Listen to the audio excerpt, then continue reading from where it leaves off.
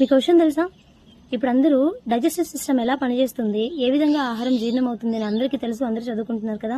కానీ ఈ విషయం ఫస్ట్ ఎవరైతే కనుక్కున్నారో వాళ్ళు ఎలా కనుక్కున్నారు అనే విషయం కనుక తెలిస్తే ఆశ్చర్యపోతారు, అలాగే భయపడతారు. ఎలాగో తెలుసా, 1822వ సంవత్సరంలో అమెరికన్ సోల్జర్, ఆయన పేరు వచ్చేసి అలెక్సిస్ సెయింట్ మార్టిన్. ఈయనకి బుల్లెట్ గాయమైంది, స్టమక్లోకి వెళ్ళిపోయింది అనమాట బుల్లెట్.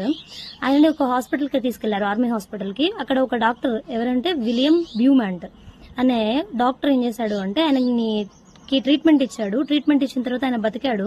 కాకపోతే ఆ జీర్ణాశయానికి ఉన్న హోల్ ని పూడ్చడం మాత్రం ఆయనకి రాలేదన్నమాట. దానికి కట్టుకట్టి అలాగే వదిలేశాడు.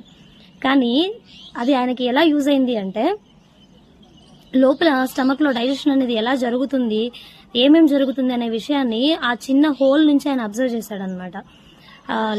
ఆయన అబ్జర్వ్ చేసిన విషయాలు ఏంటి అంటే, లోపలికి ఫుడ్ వెళ్ళిన తర్వాత జీర్ణాశయంలోకి అక్కడ కవ్వంతో చిలికినట్టుగా లోపల ఫుడ్ అంతా కూడా రొటేట్ అవుతూ ఉంటుంది కంటిన్యూస్ గా. అలా రొటేట్ అవుతూ ఉన్నప్పుడు జీర్ణాశయం గోడల నుంచి, అంటే సైడ్ వాల్స్ నుంచి ఒకలాంటి ద్రవం అనేది సెక్రేట్ అవుతుంది. అది ఫుడ్ తో కలిసిపోయినప్పుడు డైజెషన్ అనేది ఫాస్ట్ గా జరిగిపోతుంది అనమాట.